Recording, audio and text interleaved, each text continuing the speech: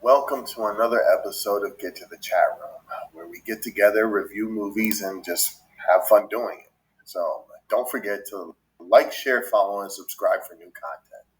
And without further ado, get to the chat room. All right, so Sounds, we are doing really quick the 1991 Silence of the Lambs, Jodie Foster, Anthony Hopkins, and Ted Levine. Right, so there were multiple adaptations to this movie. They came out with quite a bit of a franchise, and the only thing that I hate is that the franchise was not right on top of each other. So there's this huge gap in Anthony Hopkins in his age, and you can kind of see it on the yeah. screen.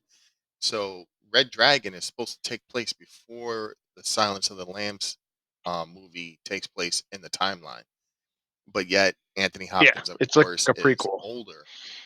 Um, so this was interesting, and I did not know this. There was a movie called Manhunter in 1986, that was a prequel to prequel to prequel. It was Hannibal Lecter movie, um, came out in 1986. Like I'm gonna have to go back and watch this movie now. Really? Yeah. Um, Oh, okay. I had no clue, So I knew about the Red Dragon, right? I knew Hmm. Hannibal Rising, and then the Hannibal TV series. So, um, but digging into this a little bit, I mean, Manhunter came up. I was like, 1986, Manhunter. Like, okay, I'm intrigued a little bit. So I'm gonna have to look that up and watch that movie. So Interesting. I didn't know. I didn't know that there was a.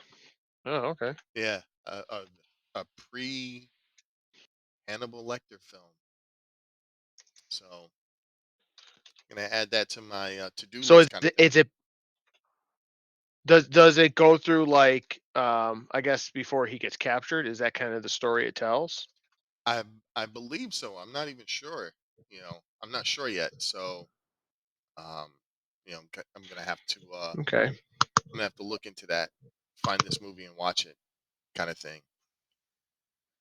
Um, but to get back to Silence of the Lambs, um, this was a kind of a mind bender, mind bender movie. Not a lot of action. This was all a psychological drama kind of thing. And interesting is um, Jack Crawford. They're starting up that behavioral unit, and Hmm. there's a TV series called Mindhunter on Netflix, which is really, really good. And it's in season 2 right now, and it talks about how the FBI had just started doing their research of um, psychologically imbalanced serial killers and trying to come up with a profile that would help them better to, you know, capture, serial killers. And so to see Jack Right. Crawford, Right. Right. yeah, yeah. So to see Jack Crawford in the beginning of this, and they're kicking off this behavioral unit kind of thing, was really, really a fun fact for me. Like that, I really like that part. And Jodie Foster. Huh. I don't know what can you say about Jodie Foster in this movie? She's she played this part. Like she really just plays this part. And I mean, Anthony Hopkins. I don't know anybody could have done it better. Agreed. Agreed. 100%. Yeah. Um, I concur. No, but yeah, it's one of those things that that Anthony Hopkins obviously he's British, I believe, right? Or English. I think it's English. Um Yeah. and I think he's British, right? I'm not sure. I'd have to look him Yeah. up. But yeah. In any event, I think that the casting was done very well in this movie. Every character was suited for the role that they played.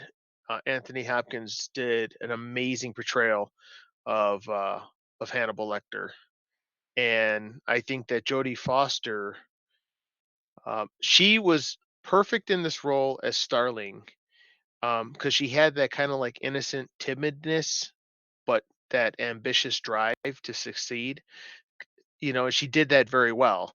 I wasn't a big fan of the, I don't know, I guess the sequel, right? Right. Where they replaced her with who they replaced her with. Oh man, her name escapes me. Yeah, I can't think of it. Uh I can't think of her name. oh, what's her name? Yeah.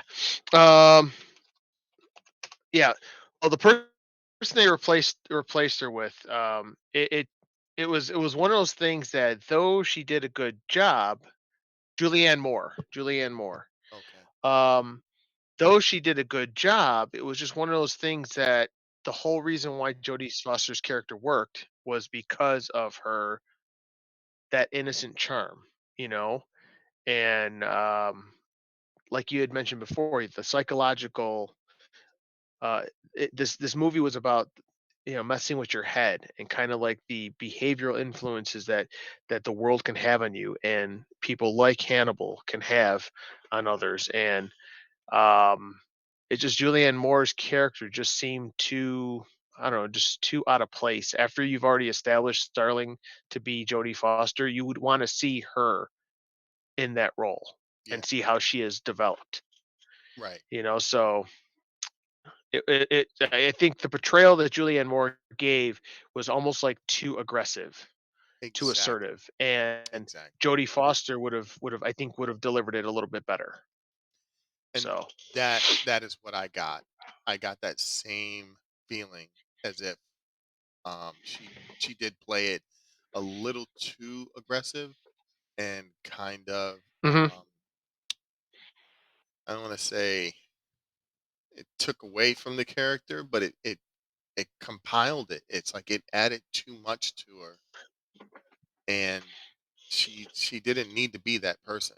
You know, Clarice yeah. was just fine being that slightly timid um, FBI agent that's green, green behind the ears kind of thing. She's the boot, hmm you get it, but at the same time, in no way, shape, or form was I gonna see her being as aggressive as that second character was, that Moore was. I didn't think that Sterling would ever become that person. So Yeah, yeah. yeah, She seemed very driven, you yeah, know. Whereas Jodie Foster's portrayal, like I don't know, it's just almost like she's a recruit trying to um trying to do well by the person by who was Jack Crawford, right? yeah, Crawford had a lot of confidence in her, right? And throughout the movie you weren't sure because as Hannibal Lecter would kind of play with her mind, he's like, is he doing it because he's interested? Is he setting you up because he thinks you're cute, or is there a hidden agenda behind his motives? And I think towards the end, when Crawford was like, congratulates her, I think it was pretty clear at that point he really was being a mentor. I don't think he had any like, anything more intimate than what he had. I think he liked the mentor role. I think he saw something in her and he wanted to, encourage that, right? yeah, yeah, So I think he was being totally genuine. But when you jump into Hannibal, it's like she almost goes right into full FBI mode almost. I mean, I get the training and the experience would come with that, but she had an interesting experience with Lecter in the sense that she was scared without knowing she was scared, but she knew that she wasn't in any danger, if that makes any sense. Like almost like she knew that Hannibal was a dangerous person, but she was intrigued by his personality. But she also knew that he wouldn't hurt her because of the bond that they made in that short period of time. Like it, it just seemed like because she made the comment that you know he wouldn't try to come after me. He would consider that rude or something like that. Right, right. Um, just to elaborate on that, I think that moment, like you're talking about, I think that moment came from when um she's on the phone. Clarice is on the phone with Jack Crawford, and Jack Crawford says, the cellmate, whoever the cellmate name was, he was dead, that he had swallowed his tongue, you know, and that Hannibal Yeah. was talking to him, that possibly that Hannibal was responsible, kind of thing.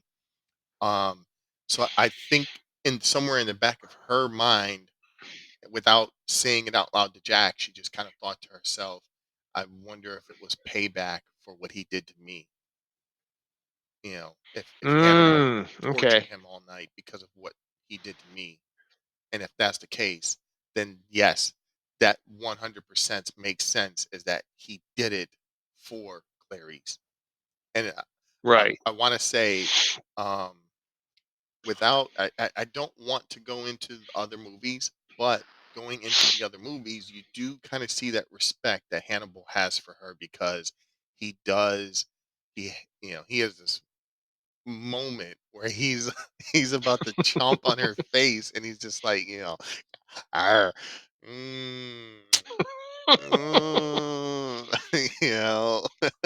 So, Uh um, yeah, uh, I can definitely, I concur. I concur. huh.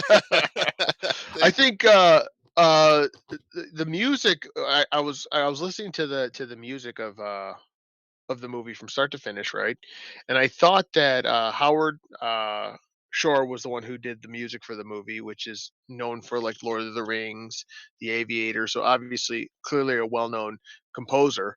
But I thought that uh, the choice of certain music when Hannibal was on screen, certain music when Clarice was on screen, when Crawford was on screen, like Buffalo Bill, like yeah, when you look at and you listen, it was very, very precise and intentional, the music that they chose, which right. I thought was done very well. I thought the buildup of suspense too, which was I love this where they did the and normally you could pick up on it. You kind of already know it's somewhat predictable, but they delivered it very well when they were going to apprehend who they thought or where they thought he was, right? The person they thought was Buffalo Bill, and they're all charging the house, and like the way it was timed, they hit the bell, you hear his bell in his basement, and like the editing of that was done. I mean, superbly because until when he opens the door, you really thought you're like, oh shoot, they're like right at the house. Yeah, Wait a minute, and then you see yeah, Clarice, you're like, "Oh, wait a minute," and you're trying to figure out how far was Crawford and the team from her, and then you're trying to do the math in your head real quick, and it was done very well. yeah, I forgot about that moment, and it was yeah, cool. It was yeah. cool. Um, speaking of cool moments, right? Speaking of cool moments in this movie, um, Hannibal's escape. Oh my God. Oh, Oh yes. my God. I Mhm. I was blown away. The first time I saw this movie, I was blown away because I had Mhm. never saw a movie done like that before, where Yeah. that escape was 100% a coin toss. It was just a straight coin toss. It's like I'm gonna go for it, and they're either gonna believe it, and I'll get out, or I'm caught. And Yeah. either way, he said, I have absolutely nothing to lose because I'm in this building. I'm caught regardless. So Yeah. I'm gonna take a chance. I'm gonna go for it. And he thought this through, planned it, and then Yep. executed it and went through with it, and it paid out for him. And only a psycho can then take it to that level. Like, I'm gonna cut this guy's face off, and I know. And what's crazy, because I started thinking about it, I was like, someone really do that? But he's also a doctor, so you have to remember that he's incredibly brilliant. He understands what an EMT is going to do when they arrive, right? He understands the protocols of what police are going to do, and yes, then yeah, I mean, but like, to have the sensibility to know that, okay, like, the captain's like, talk to him, man, talk to him. Just say anything, just talk to him. And it's like, and the whole time in my head, I'm thinking, that's Hannibal. Like, he's now acting this scene out to plan his escape. And it was like, oh man, it was just an interesting way to end it. And did you get caught when when he was on the phone with Clarice, their last phone conversation, and he says, I'm gonna be meeting someone for dinner, yeah. right? Were you thinking that it was Crawford at first? Um, no, because Crawford was there for the for the ceremony. Yeah, So but he said he had to leave, remember? yeah, but you can kind of see the breeze. You can see that whole like Bahama thing Ah, going okay. on. So it was just like, all right, he's in the Bahamas. If he was Okay. at a payphone, if he were at a payphone, it would have threw me off, and I would have been right there with you because at first, Okay. she goes to answer the phone, and he's just like, "Hey, Clarice," and you're just like, "Ooh," you know, you're kind of chilled, but Uh-huh. and then you realize he's got a wig, he's got on a hat, and then Crawford goes to walk out of the room, so you can't see him anymore. And yeah, you're thinking, if Crawford's outside, Hannibal's outside, he's waiting for him, kind of thing. But then Mhm. you see the whole Bahama setup, and you're like, wait a minute, wait a minute. They're in Yep. Virginia. This guy is in the South, and he's not just in the South. He's south of Florida. He's Yeah. Florida, Puerto Rico, the islands, and you get that tropical sense, and then so that, like you said, it does kind of play in your mind, but then immediately it was gone because I saw the Bahama setting, that Oh, tropical okay. setting, and it was just like, oh, no, no, no, it's not Crawford. It's got to be somebody else. And it's like, wait a minute, well, who else you know could he possibly be Yeah. hunting in, you know down in, down there, and then of course you see Chilton there, just like, yeah, that guy deserves it. Yeah. Oh yeah. Oh yeah. And then you got to make you wonder though. Do you think he do you think he was oblivious to the fact that Hannibal was out? He probably was. So he probably wasn't trying to escape Hannibal. He probably is truly on vacation, not realizing that Hannibal's out. No, because of the urgency, right? The urgency of Chilton leaving the plane. He's kind of in a hurry. He is kind of So you rushing think it. that he knows now then? He knows? Yeah, yeah. So I had that feeling that he was kind of, like, trying to hurry along, trying to hurry up and get out of there, kind of thing. Like, let me hurry up Yeah. and get out of the airport, get out of this, crowded scenario, and get Mhm. somewhere safe, my hotel room. And because he did give me the feeling that he was kind of rushing along, and Yeah, not I really got that just vibe on too. vacation. I did Yeah, get that vibe. because I mean, dude, if one of my uh, patients, as you know, what's the word I'm looking for? Prolific. I mean, I can't even. Somebody like Hannibal was my, High what is it? profile? Yeah, and they escaped. Yeah. Dude, I'm not gonna go to work. I'm not going to work, and I damn sure ain't going on vacation. So I mean, the only thing that makes sense is that this guy is running for his life. Why you would go Yeah. to the Bahamas with the worst police departments you could possibly think of? Like, I'm gonna vacay in Virginia, like right next to Quantico. Yeah. I don't know. I think I definitely would have found. I don't know. I think I would have gone to the authorities right away and say, "Hey, look, I'm probably the one guy that he's going to try to take out aside from Starling." Yeah, So it's yeah, yeah. What's the interesting. witness protection called? Wit Pro. Is that what it's called? I don't Yeah, know. Wit Pro or Witsec. I'm like, dude, I'll grow a beard. I'll cut my hair. Like, whatever you need me to do. I need to be, I Yep, need to yep. be working on a farm somewhere, like out in Wisconsin. Like, just you Mhm, gotta do mhm. something. Yeah, man, there's no way I would just run off to like the islands with like the worst police department I can think of. Like, if something Yeah. had, where's the CSI?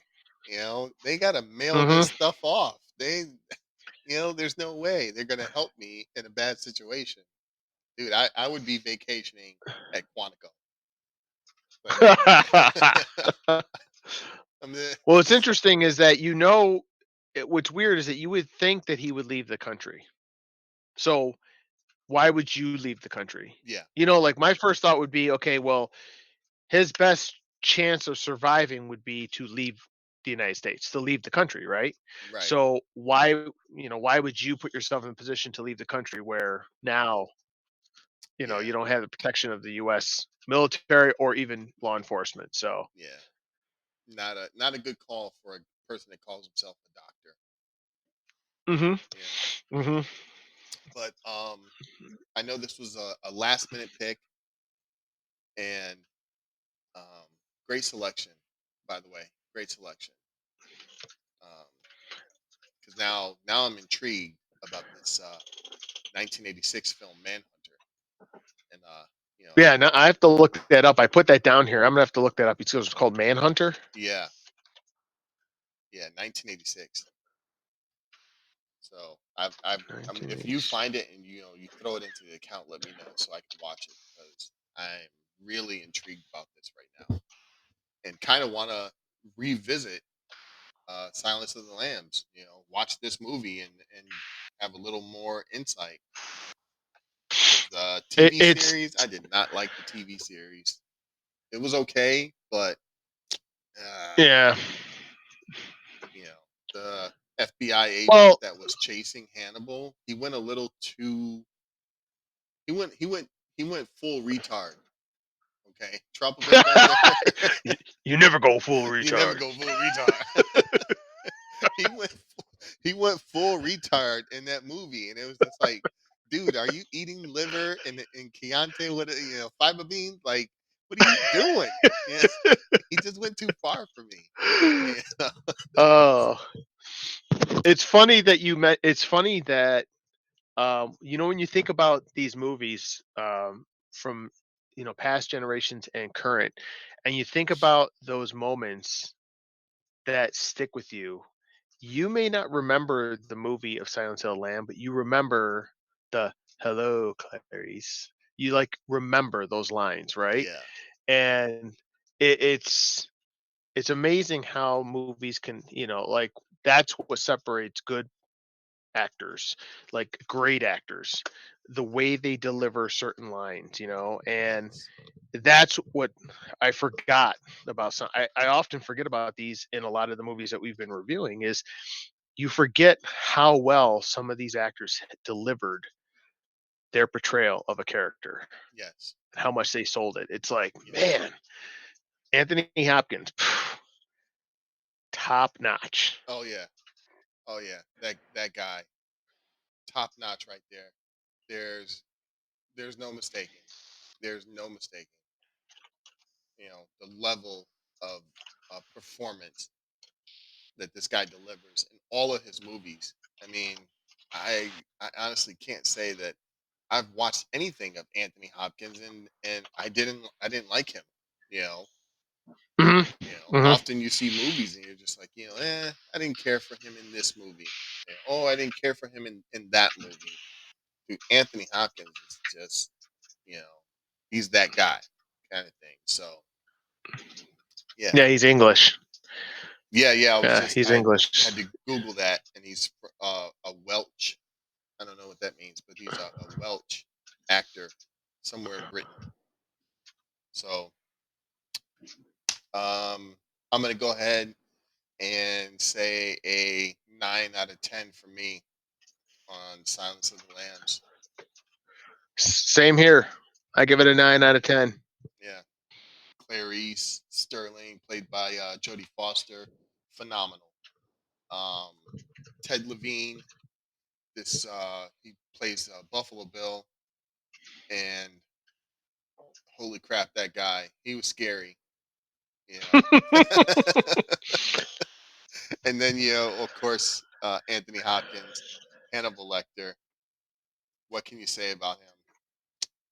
So there it is, 1991, Silence of the Lambs. That is, nothing but thumbs up for us, and we love it. And see you on the next one. All right, that's going to wrap up another episode of Get to the Chat Room. So, in the meantime and in between time, keep watching